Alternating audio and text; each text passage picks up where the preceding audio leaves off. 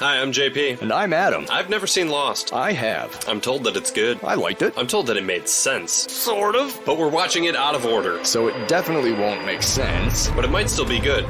Since we won't expect it to make sense, we'll still be able to appreciate each episode on its own merits as a 1-hour story. Sometimes 2 or 3. As opposed to just a fraction of an ongoing, sprawling, and increasingly complex tangle of relationships, personal stories, mysteries, mythologies, experiments, social dynamics, unnatural disasters, unanswered questions, and hot tropical hookups.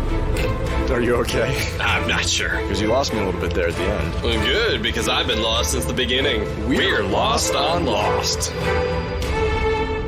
Welcome, everybody, to Lost on Lost. I'm JP Russell, joined as always by a man who isn't a farmer, isn't a hunter, but the most formidable of all, a podcaster, Adam Busher. That's me, baby. Just out here podcasting for the people. Adam, yeah. I went down sort of a IMDb rabbit hole after this episode because of one of our special guests on this episode, Justin Chatwin. Yeah, Justin Chatwin. I was like, what the fuck do I know that guy from? And I was like, oh yeah, he was in like Shameless, and that was pretty good, and a few other things. He was also in the 2009 Dragon Ball Evolution movie. That's him? He played Goku? Yeah, that's him. He played Goku. God. It's not good. It's terrible. And there are a lot of 1-star reviews, but I decided to take a look at the 5-star reviews. And I just want to read you this one 5-star review real quick. Mm-hmm. 5 stars. It says, "Hi, I am Marcus, and I like the movie, but my mom, Benny Lee, doesn't. But it's posted from Benny Lee's Google account." So... take that for what you will. Today we are talking about Further Instructions, the 3rd episode of Season 3 and the 52nd episode of Lost overall. Further Instructions, centric characters, everyone's favorite doobie roller, Johnny Locke. Further Instructions takes place on the 68th day after the crash of Oceanic Flight 815. Adam? Yes. Do you have a recap? I certainly do. Let's do it. Give me that dank chronic, Jan! On the island, John Locke loses his voice and goes on a trip to find it. Known church carpenter / recovering heroin addict Charlie Pace helps John not only find his voice, but missing survivor Mr. Echo. Elsewhere, Hugo Hurley Reyes returns from some place where he lost track of Dr. Jack Shepard, Kate Austin, and James Sawyer Ford. Also, the sky turned purple. And in the before times, Locke embraces his inner hippie at a Humboldt County commune where I'm sure nobody is growing weed. Nope, not at all. Did you miss Locke's dove hair pieces? Because I sure did. What do we do now? Let's await further instructions here on Lost on Lost. We have a guest. What? Who? Welcome to the show, Matt Susterich. Oh, hi. Hey. I'm happy to be here. Good. Why? Happy to have you. Matt, thanks for joining us today to talk about some Lost. Yeah, man. I loved this show for like, I don't know, a season. I did, like, back in the day. I was into this show, and then like I gave up on it after like, I think I got like halfway through season 2 and was just like, this is boring now. Like, I just got so tired of the cliffhangers. Like, There's a crop of people out there who really, really like season 2. And I like hearing their arguments for it. I just don't agree with any of them. Fair enough. Yeah, like I said, halfway through season 2, just gave up on it. And then, like, I think once the show had ended and I had like heard all of the hubbub about the like finale and everything, I just decided it wasn't worth my time and never really revisited it until I met my wife, and she was like, "I love Lost," and then we sat down and watched it again, and then again. I gave up about halfway through season 2 because we would put it on and she would just fall asleep at like halfway through every episode, and I'd be left with this fucking show that bothered me. Yeah. And so I was like, I'm not going to watch this with you anymore if you're not going to actively watch it with me. See, I'm the opposite because I watch a lot of Antiques Roadshow and my partner Kai falls asleep, and I'm glad because then I get to watch Antiques Roadshow in peace. So and you get to just nut from all of the exactly beautiful moments on that show. Yeah. I'm with you, man. I watch more Antiques Roadshow YouTube clips than anybody. I'm fucking there with you. What do you fellas think? You think should we talk about Lost a little bit? Yeah, let's do it. Why not? Let's see. Further Instructions originally aired on October 18th, 2006. It was written by Carlton Cuse and Elizabeth Sarnoff and was directed by Stephen Williams. Carlton Cuse, everyone knows from The Adventures of Briscoe County Jr. Yes. Elizabeth Sarnoff wrote it. An episode of the HBO show Buried entitled Loud, Fast, and Keep Going, which is how all of my trips to Applebee's are described. And Stephen Williams probably saw Domino, Man on Fire, and Spy Game and really had a good time. Oh my god. That is... I'm just saying, somebody really wanted to be Tony Scott during the Sweat Lodge hallucination scene. That is too funny. That's amazing. Very accurate. Surprisingly accurate. Well, that's what we go for here on Lost on Lost is accuracy. Surprising accuracy. Oh my god. So Locke wakes up in the jungle. It wasn't immediately clear to me that he had lost his voice. No. Yeah. He itched at his throat a little bit, but then there was nobody there to talk to anyway. Mm-hmm. Right. So I don't know. Yeah. but yeah, Desmond goes flying by nude. I love implied nudity in broadcast television. I think it's hilarious. Of course. Even in a moment like this, but it's this there's a lot of tension here. We don't know what's happened to Locke. Is he hurt? Why is Desmond naked? We don't know what's going on, but he ran by. I'm putting myself in Locke's shoes. I would have laughed. Yeah, and then right. that would have been how I realized I lost my voice. I'm like, oh, I can't. Oh, my voice is I was thinking about in Beer Fest when Barry Badgernath blacks out and then wakes up naked next to a dead deer. And he's like, not again. He has that full werewolf moment and fucking. Yeah. Oh god, it's so good. Echo's stick falls out of the tree. Yeah. How did it get in the tree? I don't know. And Locke goes back to camp. He just starts tearing apart his structure or a structure. He's gathering tarps and sticks. And I really rope hope and- it was somebody else's tent. Right. It's Jack's tent. That's Claire's. Just start shredding Claire's it. tent. Just Yo, shit. Fuck them kids. Fuck your baby. Your baby don't need shade. And yeah, so Charlie comes up to him and is just talking at him. he manages to mime to Charlie that he has lost his voice and he needs to speak to the island. That was a fun It moment. was kind of fun, Yeah. despite the fact that Charlie. What is this? Is this a scene? The part where he's like, "Aren't you aware that I hate you?" He says that, right? I think in something this like scene? that. Yeah. Dude, why are you talking to him? Fuck off down the beach if you don't want to talk Right. to John. Didn't- Exactly. Claire pressured him into it. Did she? Yeah, Claire pressured it because she was like, "Why don't you go talk to him? Why don't you go help him?" If I was Charlie, I would have been like, because I hate him. let one of the other 35 people figure out what's wrong with him. No shit. I got shit to do. Mhm. And we've established that Charlie has a notebook and a marker. Yeah. And once he's like, oh, you can't talk, huh? He's like, he doesn't think, oh, well, can you write something down? Which eventually, yes, he does. Yeah, but they in the arrive at it. immediacy, he's like, I'm just going to keep talking at you and just Yeah. playing charades. Dirt, sand, Yeah. beach. Go, Grass. go 30 he- feet over there and go get your And then notebook. he's just got his arms spread out and Right. he's just twirling, trying to what the fuck are you trying to tell him? It was so Yeah. confusing. I don't know how Right. Charlie even arrived at the answer because I was sitting there fucking scratching my head trying to figure it out. So yes, John has now gotten his hands on Charlie's notebook and Sharpie.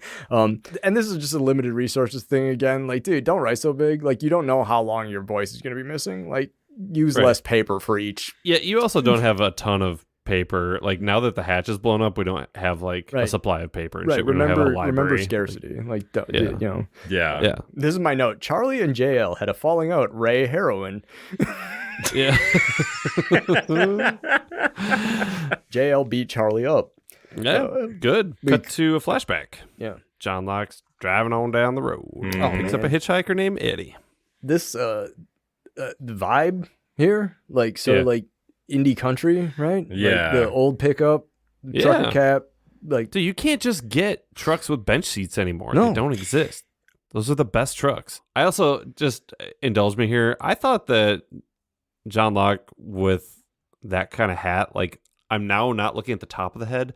Mhm. I'm picturing nose down, actually kind of looks like Sawyer.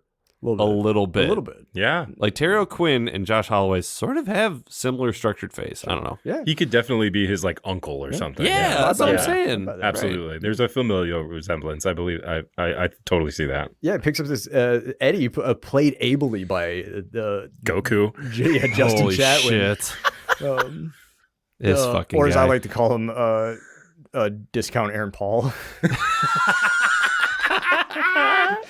Because it took me a second when he came on screen. I was like, "Is that Aaron Paul?" Oh no, it can't be Aaron Paul. No. And then I was like, "Oh, it's the guy from Shameless." Yeah. Yeah, and yeah, no, I like Justin Chatwin. You know, it's just, but yeah, all right. every time I see him at first, I'm like, "Is that Aaron Paul?"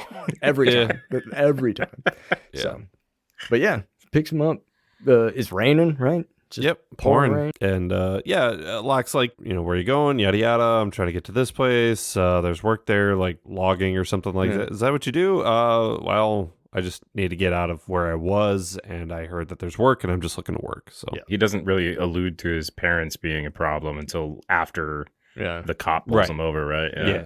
So then they get pulled over by the fucking sheriff. Humboldt County Sheriff. Do you want to do a thing about the cops, or should we just skip it this time? Listen, ladies and gentlemen, the only reason you get out of the vehicle or you give your ID to a cop is if they have given you reasonable suspicion that you have either committed a crime, you're committing a crime, or you are about to commit a crime. And if they cannot give you reasonable suspicion of either of those, you don't fucking say anything to them. JP's not a lawyer, but that's still good advice. Yeah. The cop's a dickhead as per usual. Yeah. Yeah, he's he's like, like a what- real winner. Yeah, What do you got in the back of your truck here? And Right. it's the same thing I've always got: guns and groceries. that's right. Yep. But beyond that, again, like you said, John's answer should have been, "Am I being detained?" Right. Yeah, right. Fuck like you. he asked. just because John's got legal guns in the back of the truck, that doesn't mean the cop gets to know about it. No. Yeah, fuck off. Absolutely. He didn't have a fucking warrant. He didn't even ask them, or he didn't even like tell them why he pulled them over before he asked them to get out of the vehicle. Like, I'm sorry, but bro, you're overstepping your bounds right off the bat. Because it's all legal and the cop really doesn't have any standing, and he realizes it. He kind of he's like, "Watch your ass," and he like fucks off Yeah. or whatever. Yeah. Because John told the cop about the guns. Now Eddie knows about the guns, so Eddie's like, "What's with the guns?" Yeah. Yeah.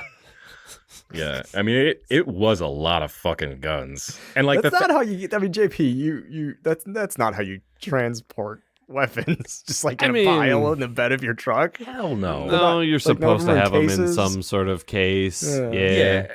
I mean, and the fact that he had like this like really well organized binder with all of the paperwork, like it all sleeved and set up like just to cover his ass, but all the guns are just lumped in a fucking like towel in the back. Yeah. Like This is a binder full of all the registries of paperwork for all my guns, which I have just like sliding around loose in the back of my truck. And I had the binder in the back of the truck also, like regardless of if it rains or whatever, like it just was. Those are all loaded, by the way. I mean, at the very least, get a gun rack like a self-respecting redneck. At gun rack?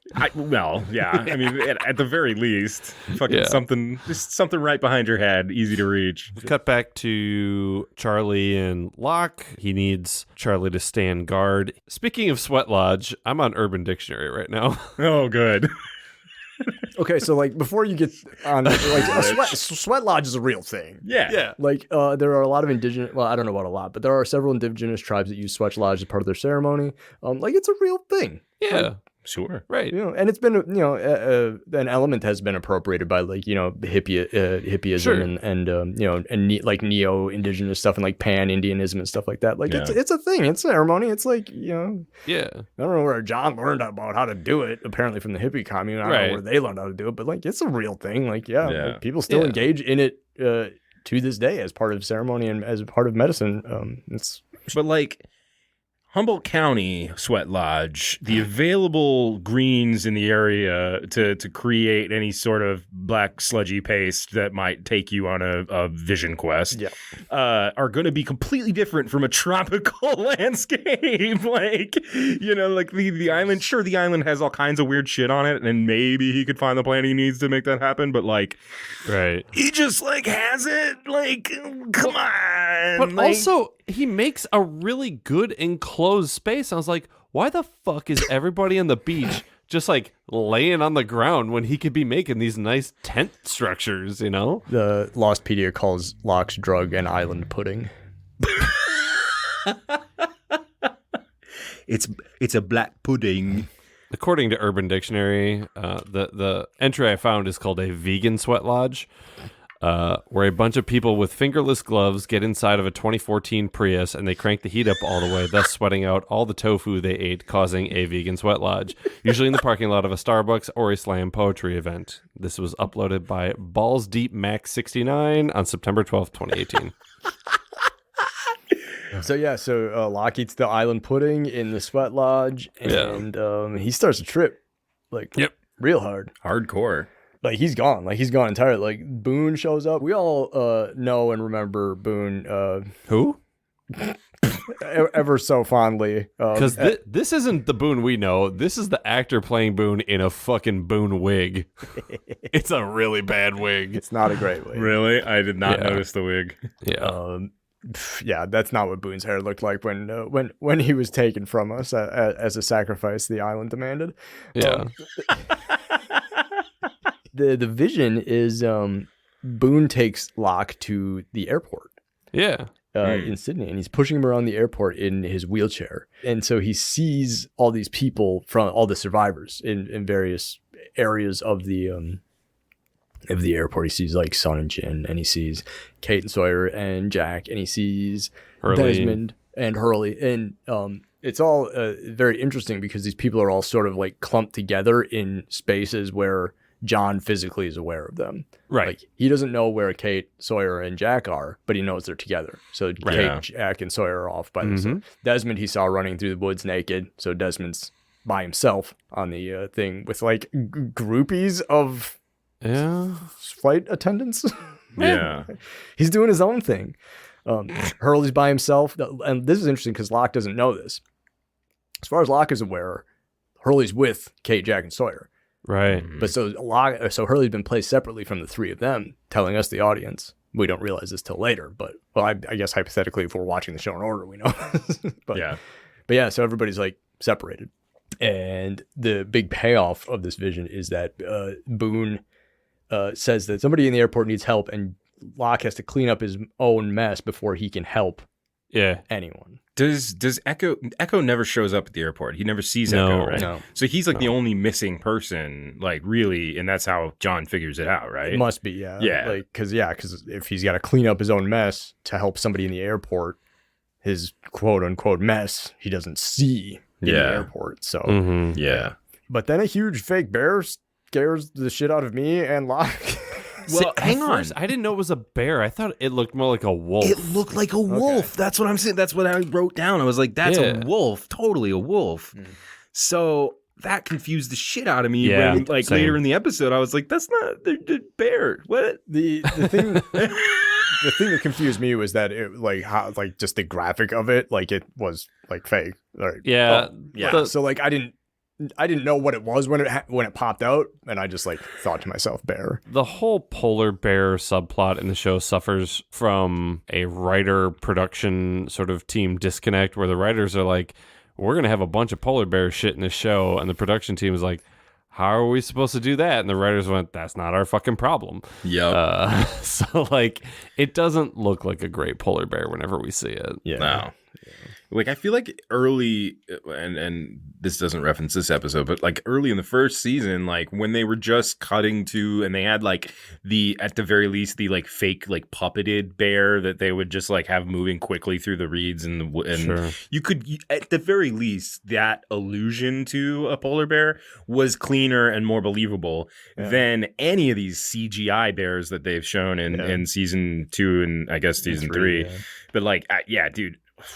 It's bad. That CG is really rough. And I know that like CG's gotten a lot better, but even for that time, even for TV in that time, that was rough. But yeah, the vision of this bear wolf computer abomination thing snaps Locke out of his vision. Yeah. Stumbles on scares the piss out of all of us. Yeah, like, and that's the thing. It literally, I was like, I was startled. I was like, oh god, like Yeah. Yeah, I'm not a jump scare guy. I do not know. like those, Got- and that like got to me a bit. I was like, fuck, that this. fucking got me too. Yeah, Yeah. that was a big deal. So Charlie's just like there watching and sees him fall out. He's like, oh, are you okay? What's happening? He's like showing a lot of concern for a dude that he hates.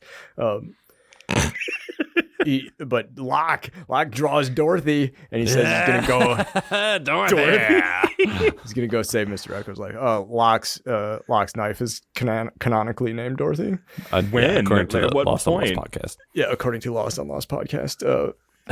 Guest Chris Thibault. Yes. Dorothy. So John is able to speak now. He says, I'm going to go save Mr. Echo's life. They head out. John Locke and Charlie again goes with them, and Locke tells him, he's like, I got this. You can fuck off now. Yeah, And go Charlie's away. like, no, I hate you. I'm coming along. What? Yeah. I still I still don't understand why Charlie's here. I think it all has to stems from the pressure that Claire put on him. So easily could have been anybody else. Yeah. Oh, absolutely. Yeah. Yeah, Charlie says something about the he didn't know the polar bear was alive. Yeah. Oh, yeah. Well, then Because- John immediately claps back and goes like, he killed a polar bear. yeah. So Ew. yeah, they're just implying that there's a fucking There's a any number of polar bears, a whole population. Right. And we talked about that in one of the other episodes. We're like, oh, if there's one, it's probably improbable another that there's one. So the probability of there being two isn't that far off. right. No. They probably don't have a word for like a group of polar bears because they don't really like herd or whatever. But there No, could be yeah. a herd of polar bears on this island for all anybody knows. A murder of polar bears. a congregation. An ice flow of polar bears. An ice flow. An iceberg of polar bears. A group of polar bears is either called a pack or a sleuth. Sleuth? Sleuth. Really? That's bad as hell. I like that. That's I dig not that bad a at lot. all. Yeah, that's not bad at all. Okay, but this also, a sleuth of polar bears literally makes the whole like ice bear ninja thing that much more like canonically like sensible. Yeah. Like of course he's going to be a ninja if any group of polar bears is called a sleuth. That's incredible. What was the other term? The sleuth and what? Pack. Or a pack. Oh, well, boring. Who gives a shit? But I go the other way with sleuth. I'm like, all right, now I'm imagining Columbo's partner being a polar bear. Just one more question from my polar bear partner here. They pull up to the commune. Oh man, this has got cult vibes. Dude, Big time. Fucking Waco, like, Big time. David Yeah. Koresh, like Ruby Ridge, fucking like. Yeah, I don't want to be here. Like as soon as he was like, yeah, check it out. This is our fucking place. Like, look at our dope picnic table and our sweat lodge and like this thing over here. And like, oh fuck, Locke. I know that you need direction in your life and you need found family and all of that stuff. But like, I don't think this is it, bud. I don't know No. if this one's gonna work out. yeah. Yeah, no, it was big time like yeah. Big time Manson family vibes. They sit down to have dinner. Introduces Eddie. Yeah, Eddie, this is everybody. Everybody, this is Eddie. What's his face? Mike, the head dude, is like, Yeah. hey, say grace for us. And John gives this little prayer. I know It was sweet. Thanks for the family since my real one's trash. Like, that's what I wrote down here. That's the gist. Helping me not be angry anymore. Oh, John, you're gonna get so much angrier. It's just like every time John realizes that he's not angry anymore, something happens to just make him so Yeah. angry. Yeah. Oh my God. Come back to the jungle. They arrive at the hatch. It's Yeah, a what the fucking fuck? crater. It's imploded. Yeah. They just kind of like, yeah, look, there's the Well. hatch. They kind of fucked up. Keep going.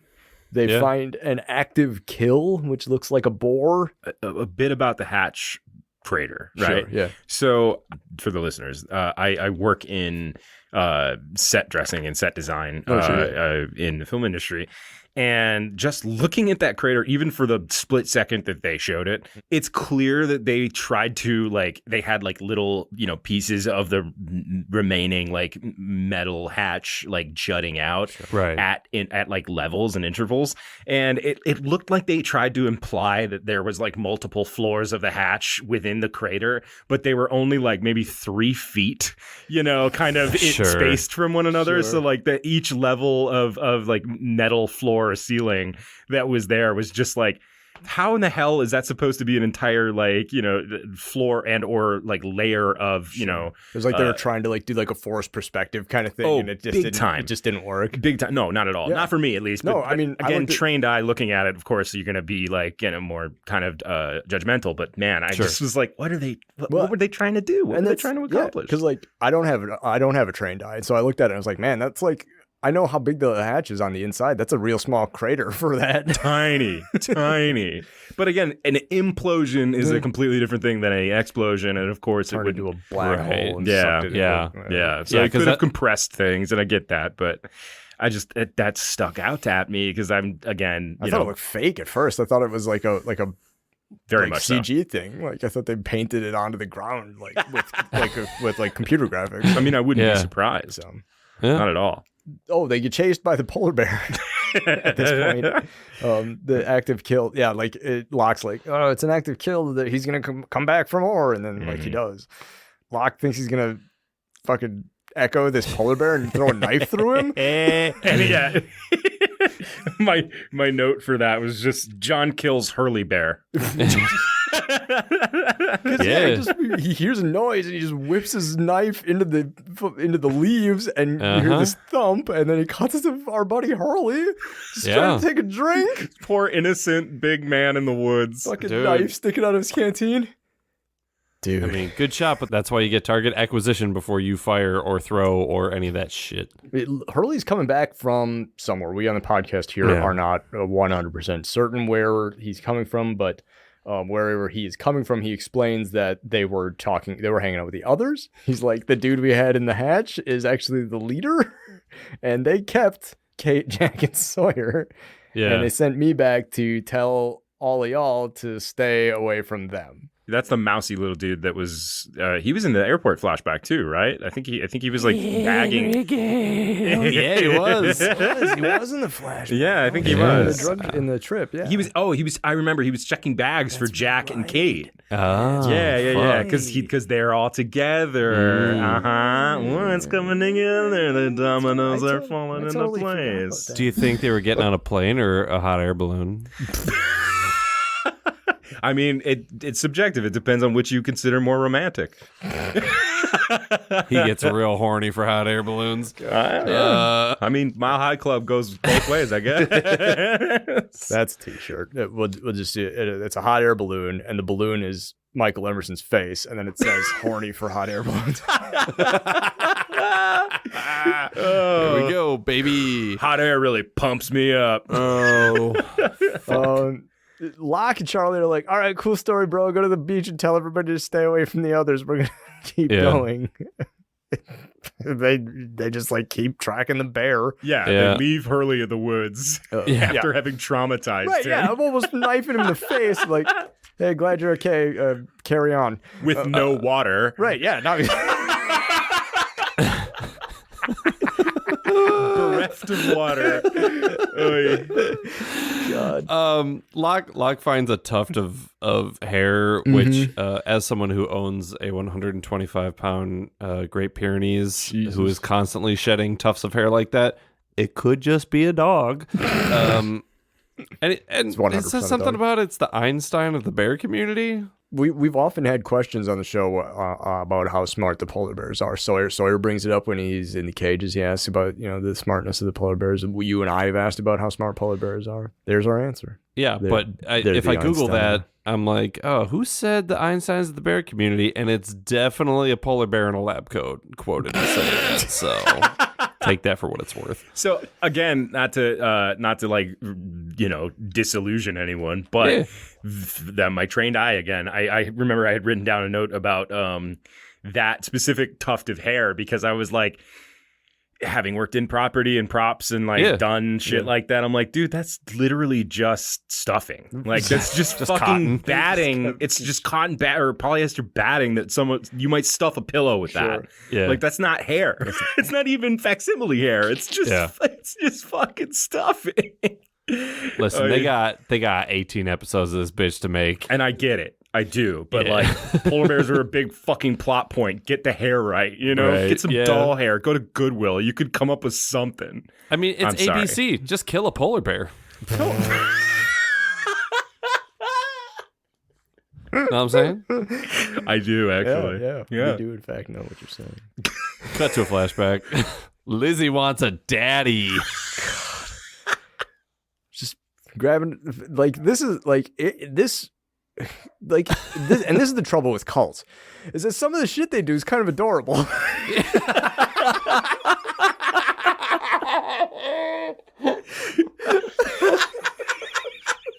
New shirt.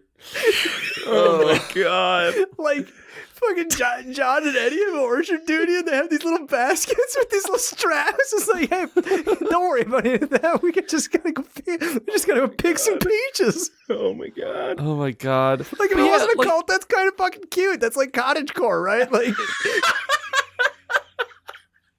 fucking Locke and Eddie are just like having guy talk about, like, dude, she totally wants you, bro. And he's like, I'm twice her age. She wants a daddy. And I'm just like, that's. Well, I mean, Locke calls him on Eddie's toxic masculinity. He's like, that's not funny. Yeah. That's not funny, dude. Good guy, John Locke, baby. I mean, in that way, he was very progressive. Yeah, yes. It was actually kind of nice to see. But she probably does want to fuck John Locke. I'm just saying. Yeah. You know. But there's a right way to put that. You don't say, "Hey, she wants a daddy." You should be like, "Hey, I think she wants to fuck John Locke," and then John Locke says, "I know she wants to fuck John Locke." Does the merkin match the toupee? Yes.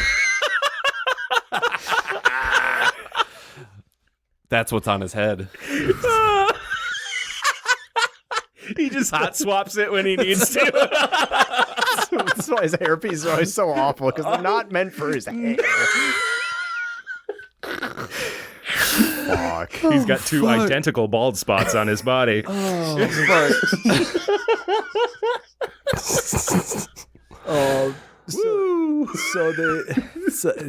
they go to pick fruit. Yeah. Eddie sees that some guys are unloading some fertilizer into a greenhouse. All right, quick show of hands. Who here immediately knew that was a weed warehouse? Oh, come on. Yeah. No, I thought it was. I had the same assumption. I'm like, cult, it's probably a fertilizer bomb. Like, I immediately really? thought Oklahoma City. Really? Okay. You were on the Eddie camp. Okay. Okay. Because I thought that was really wild of Eddie to assume that they were making a fertilizer bomb, but I guess I was also not looking at this thing as a cult. Really, I was imagining it as a hippie county, and plus, it's Humboldt County. I mean. See, I didn't even pick up on the Humboldt thing. I didn't see I wasn't paying close enough attention to the sheriff or any of that information early on in the episode. So, where's Humboldt County? It's NorCal. It's up. It's like where they grow all the pot. It's the topmost county, right? It's the one that touches Oregon. Yeah, and the coast. Like Eureka's up there. And that's what he said. Eddie was like, "I'm on my way to Eureka," and JL was like, "I can take you to this other place." Yeah, sure. That's probably. Okay. I think I subconsciously clocked the Eureka thing because otherwise I didn't have any other real context for their weed thing. But that was my first go-to. Yeah. I just thought because he's also got a truck full of guns, I clocked sort of the compound is a little bit more militant. So then I was like, is this a fertilizer bomb situation? Eddie wants in on the fertilizer bomb. Yeah. Okay. So like the sort of like the payoff of it is John's like he like laughs it off. He's like, yeah, all right, I'll ask if you can get in on the fertilizer bomb, you maniac. Like, yeah. I know. Whatever you're gonna blow up, and he's like, oh, we're gonna fucking blow something up, bro, and then it turns into a fucking Cheech and Chong movie. Cut to the jungle. Maybe all the weed is what's making the sky turn purple. Oh, shit. Purple haze. Okay, anyways. No, keep going. No. I'll do an audio drop later. Attaboy. Yeah, cut back to the president. We're outside of the cave. Interesting bit of trivia about this. This was one of the few scenes that was not shot on Oahu. Really? The polar bear cave is a lava tube on the Big Island.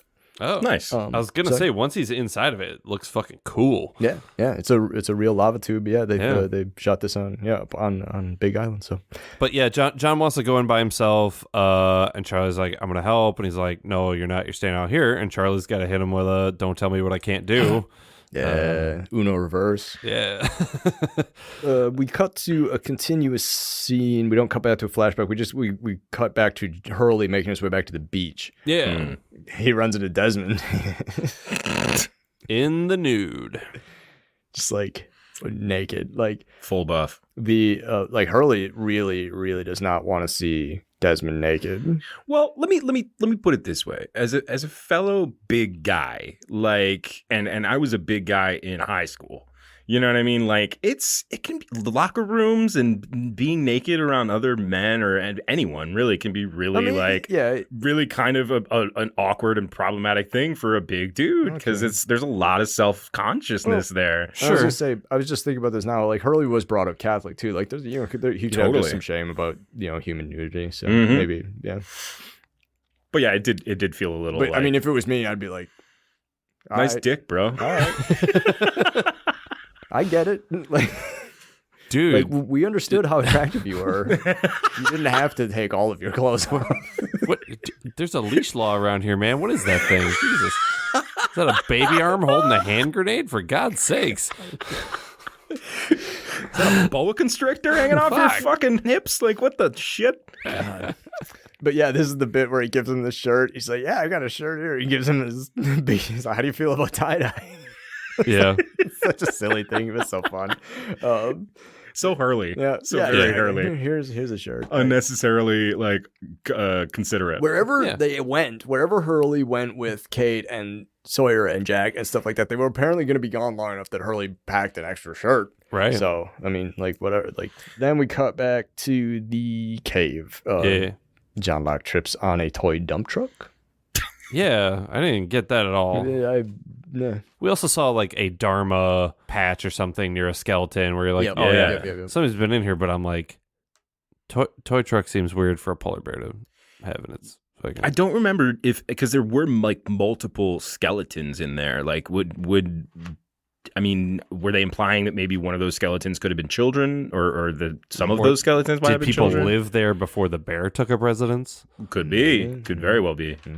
I don't know. Flashback. John Locke enters the greenhouse. They're growing weed, just like a bunch of stoner hippie communists growing some weed, and that's awesome. Yeah, good for them. It really just is. Like running your own business. Like, it's tough out here. So having a side hustle like that, like just growing some plants. And yeah, everybody's packing up shop. They're like, we're done here. We're gonna get the documents. We're gonna get the weed. We're gonna get all the money. We're getting everything together because we're out of here. Because Eddie's a fucking cop. What? The big reveal. Yeah, I mean, if you couldn't already tell from his like excessive fucking questioning and yeah. I like to think of myself as a curious individual. I never ask as many questions as a fucking undercover cop in a movie or a TV show. No. But yeah, so obvious cop is obvious. So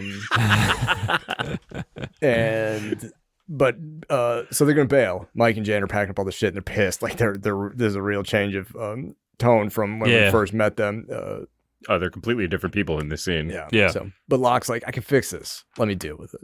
Yeah, he wants to keep his little happy home. Yeah, he's got a family because this is a good family, and his other one sucked, and he likes this one. And I gotta assume it's a guilt thing too. Like, he's the one who brought Eddie here. He fucked up, so he can make it better. Cut to the cave. Locke finds Echo. Yeah. Echo's in pretty rough shape. Real bad. Yeah. But Locke rescues him from the pit. I was like, something more had to happen here. But my notes are really sparse. But now I just remember he fucking torches him with the hairspray. Like, I did like that from earlier when he's like, hairspray, and John's like, it's not for me.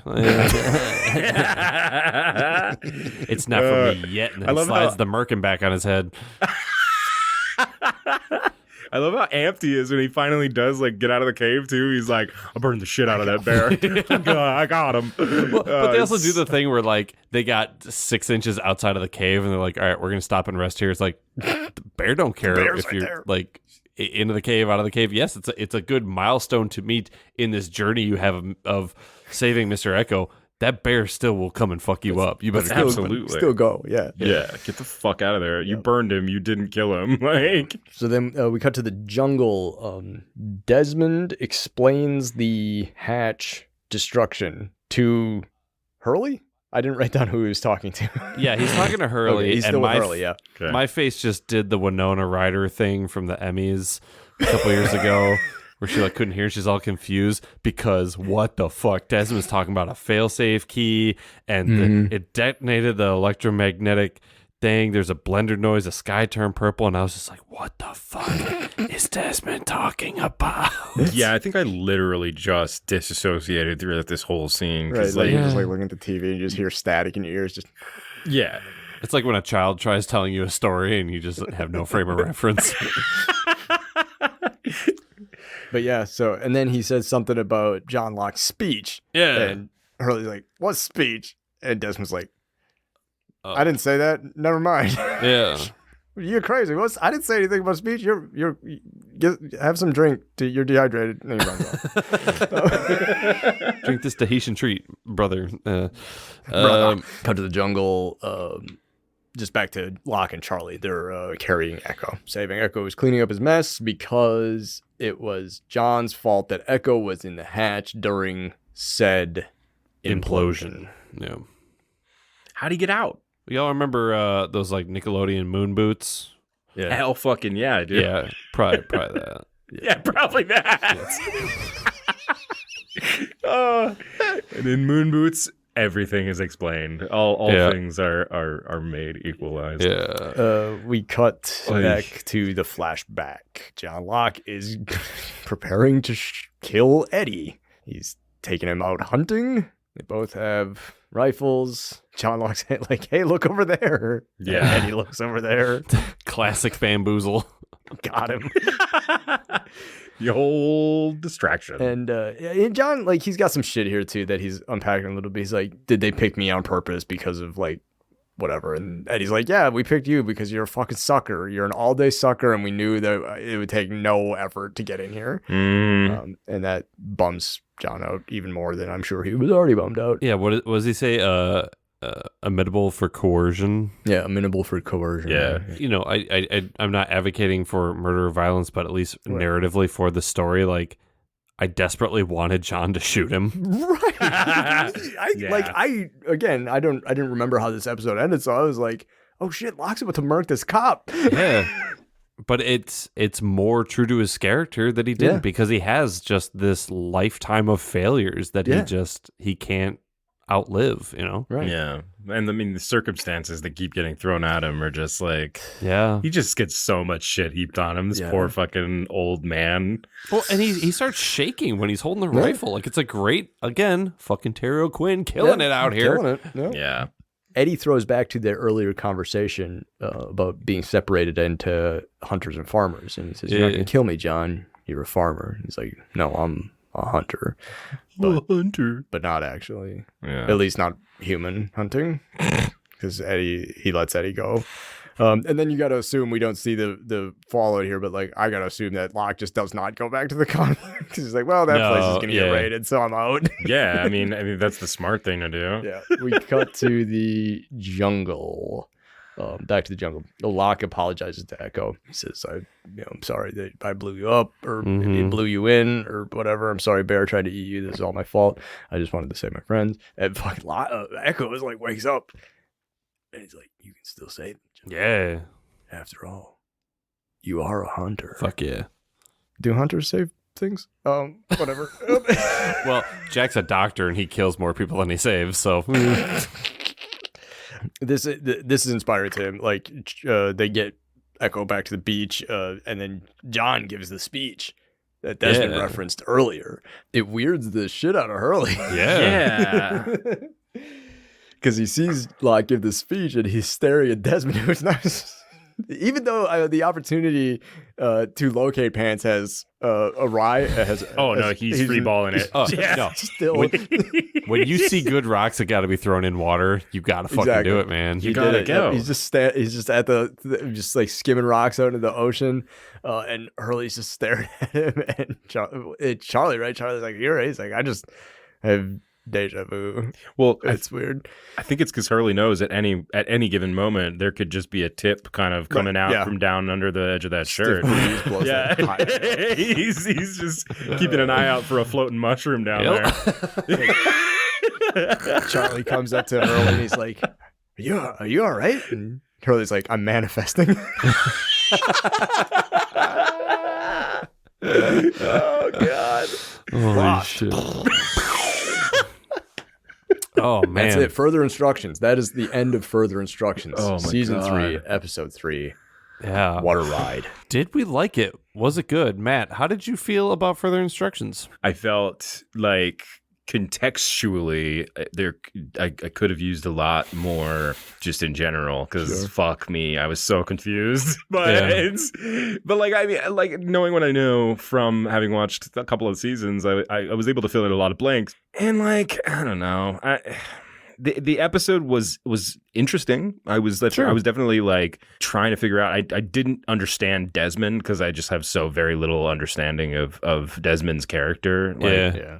And like I said, I totally disassociated in that whole scene where he was talking to Hurley because I just like I couldn't reconcile anything that I could remember about Desmond with what the fuck was going on and what he was trying to say. Sure, yeah. The bear situation, the CGI, the continuity errors, the bad lighting. Like I was just like so much of me is incredibly judgmental of the production value of any given show that I'm going to sit down and watch. Sure. That I have trouble even, caring for, good quality television sometimes because I'm always like catching shit and being, just a stupid judgmental film school kid about it, like, oh, this is so mid, just fucking. I mean, that's kind of our podcast. It's fine.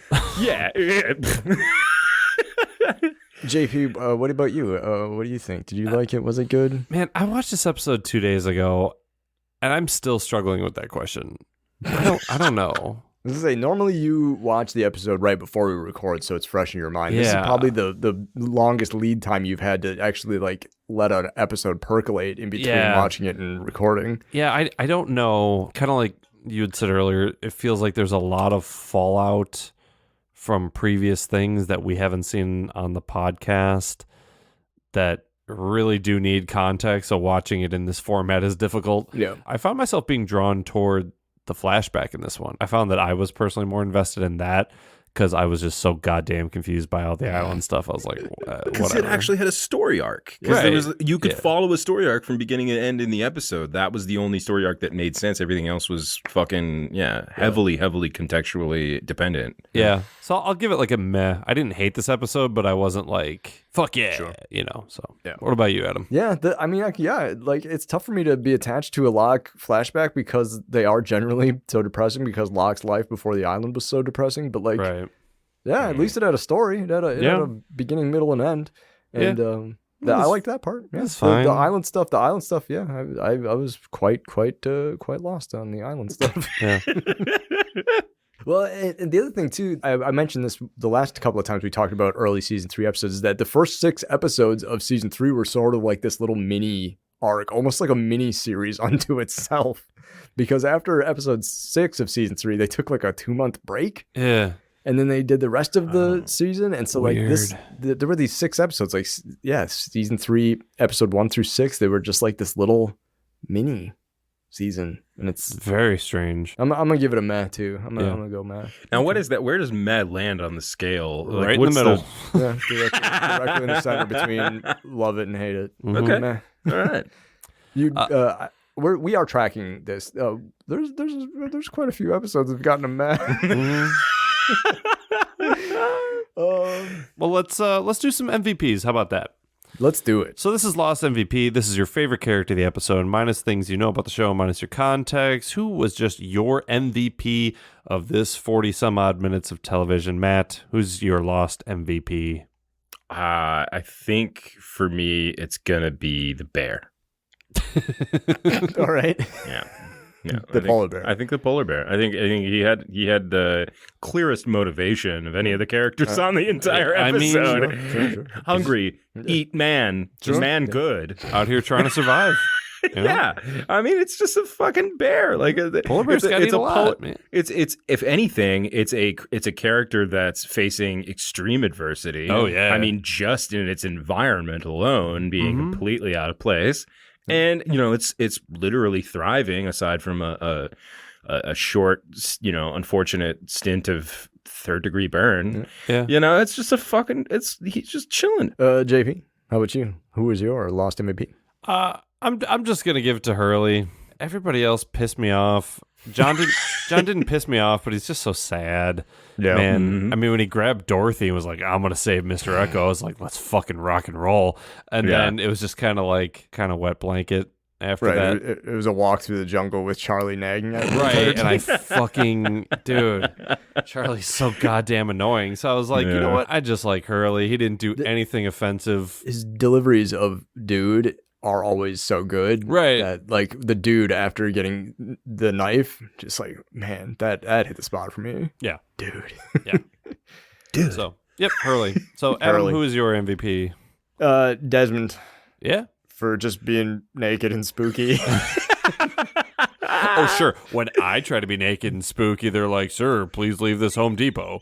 And you're like, here's the MVP award. You should be shopping at Lowe's anyway. Sir, Yeah, I can you know. put your hands behind your back and turn around, please? We need to put you in these handcuffs.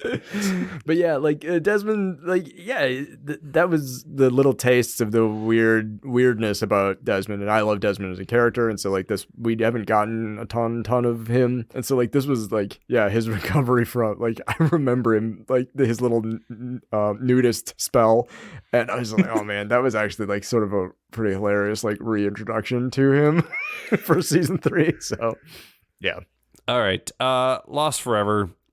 Yeah. Who is the worst? Who sucks shit? Who could you have done without? Matt, who is your Lost Forever? I got this one in the chamber. Yeah. It's gonna be Claire for me. It's gonna be Claire for me. It's gotta be. I'm sorry, but she fucking like pressured Charlie to like go in the woods with John, and like she's always. I feel like Charlie takes a lot upon himself to try to prove himself. He's always got something to prove. Yep. He wants to be baby daddy. You know what I mean? Like, I get it. I get it. He's looking for something to fill the void because heroin's not an option anymore. Sorry, but like I was Claire trying to fill also a void, puts- all right. Oh yeah, Boy. definitely, and I don't blame him. But as a character, Claire, come on. I just think the writing was a little poor, and she just does a lot of puts a lot of undue pressure on Charlie and on like everybody on the island to just like look after her and like be her support because she's mommy and she's got baby, and like I get it. The writers often don't know what to do with Claire. No, yeah, Right. And there is an episode that we watched where she has a line. She's like, everybody just looks at me like, this is before she has the baby, where she's like, I'm just this ticking time bomb of responsibility. Mhm. Yeah. And that's like literally the only thing the writers ever did with her was make her that. Yeah. That's literally like when you're doing pre-production and you got your big whiteboards with post-it notes all over them, like, and you're just describing what the people are. Claire would just be described as a ticking time bomb of responsibility. Like, Yeah. And then they never did anything with it. Yeah. But then she's still in the show. So yeah, dude. No. So yeah, for me, it's Claire all day. JP, Lost Forever. April Webster. She was the casting director for 117 episodes of Lost, and she is responsible for the casting of Nikki and Paulo. And let me fucking tell you, I was like, oh man, it's gonna be the fucking sheriff. It's gonna be Charlie. As soon as those two chuckle fucks showed up on screen and tried delivering lines like, Jab, what's going on? I was like, fuck, dude, I have seen these two on screen for combined 3 minutes of television, and I hate them so goddamn much. Like, When did they come in? Yeah, at the end of the episode, Yeah. right during the speech. That's right. Okay. they are I forgot so that they were there. annoying and so bad, and did they not just clock feel that like a at all. studio ad. Like, oh, we gotta fucking replace Boone and Shannon and whatever. And this is the best April Webster could do, is find these two people who cannot fucking act. Rodrigo Santoro and Keely Sanchez. I cannot wait until those characters die. Adam. the Humboldt County Sheriff's deputy. Yeah. Yeah. Fuck that guy. Yeah. Like, there's Yes. nothing more annoying than a person who, they call it in Dungeons and Dragons, like rules lawyering. Somebody comes out here and points out all the things that, it's like, oh, you gotta do. It's like, there's nothing more annoying than a rules lawyer who is loud and then also wrong. Uh-huh. Hitchhiking's not illegal in California. Nope. Dude, you couldn't even violate Locke and Eddie's civil rights correctly. Yeah. Like, you couldn't even go and be a tin horn to them about something they were actually doing wrong. Yeah. You had to make something up. Dude, you suck. The sheriff's office should be abolished. Yeah. Police in general should be abolished. Become ungovernable. Burning questions? Burning questions, Matt? I know you said you had one. I had one. Yes. Yeah. What's up? So it's written right here. It's the last note that I took watching this episode, and it just says, "Bandages in the kitchen."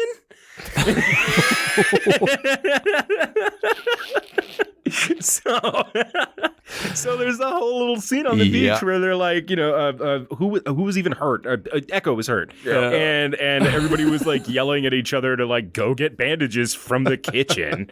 And I'm just like, first of all, where's the fuck? You built a kitchen? They did build a kitchen. Yeah, okay, they did. cool, Yeah. fine, that's fine. I get it. Like, there's got to be a place to prepare the food for the community. A couple of times Makes you sense. see the kitchen, it's like surprisingly dope. I bet. I'm sure it is. Yeah. I mean, they had a whole plane's worth of fucking shit to deal with, and a hatch. Yeah. They had all kinds of supplies. Right. But like, they don't have a separate storage area for bandages. I was like, why does everything go in the kitchen? Like, Do they not have an infirmary area? yeah, that's be what I'm saying. bandages and Wouldn't medicine? Jack have his own fucking doctor spot? You would hope so. Doctoring hole where he does all his doctoring. Come on over to Dr. Jack's doctoring hole. You got yourself a splinter, some dysentery. I'll deal with you right now for the low price of $3.99. I'm Dr. Jack Shepard, and I'll shoot that virus out of you. You need some stitches? I learned on the Survivor, man. You can take this here aloe thing, and it's got built-in thread. Look at that. Woo! Time to do some stitching. JP, do you have one? It's a little thing, but again, does the toy truck in the bear cave have some sort of tragic story? Sure. It's gotta. I'm just gonna keep my ears open for some sort of Dharma lore that will allude to something with that. But that's about it. Sure. What about you, Adam? Nothing major. At least nothing that we've not have asked prior that it still hasn't been answered. Like the Desmond thing. Like, Right. Like Matt, like you said, the precognition. Like, what is the nature of Desmond's abilities here? What is it? So that's pretty much always going to be mine for a long time until we get to it. Until we get to a specific episode, and then all will be revealed. Maybe he just read the script. Ooh. Instead of just the sides, he read the whole thing. Yeah. He's like 4 scenes ahead. He's so fucking He knows prepared. everybody. He knows other people's lines, so he can improv with them. Right. And fucking Stephen Williams was just over there watching Man on Fire. So they're like, should we cut this bit out? They seem to just be talking about the script. He's like, oh, dude, this shit's so fucking cool. Jesus, Henry, I said I was busy. Matt, Yes. thank you so much for coming on the show. Are you kidding me? This was an absolute pleasure. I'll literally come back anytime you want. Certainly. Well, we will have you back. JP, Yeah. what are we doing next time? So if you want to be lost with us next time, we're going to be watching Season 3, Episode 10, Trisha Tanaka is Dead. Spoilers, I guess. Featuring Hugo Hurley-Reyes. This episode is fucking phenomenal. Is it? I'm so excited that it's coming up here. It's one of my personal favorites. All right. Fuck yeah. Let's go. So yeah, that'll be fun. Yeah, cool. Look forward to that. Look forward to having Matt back in the future. But in the meantime, JP, Yeah. do you have any idea what's going on this show? Nope. Me neither.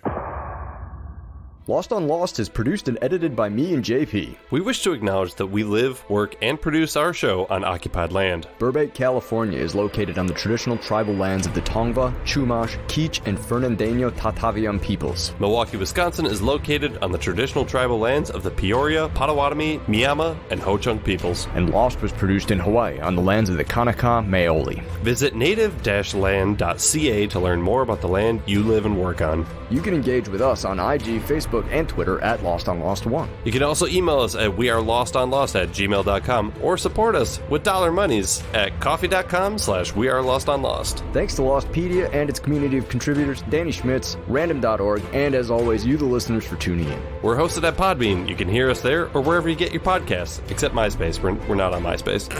Yet.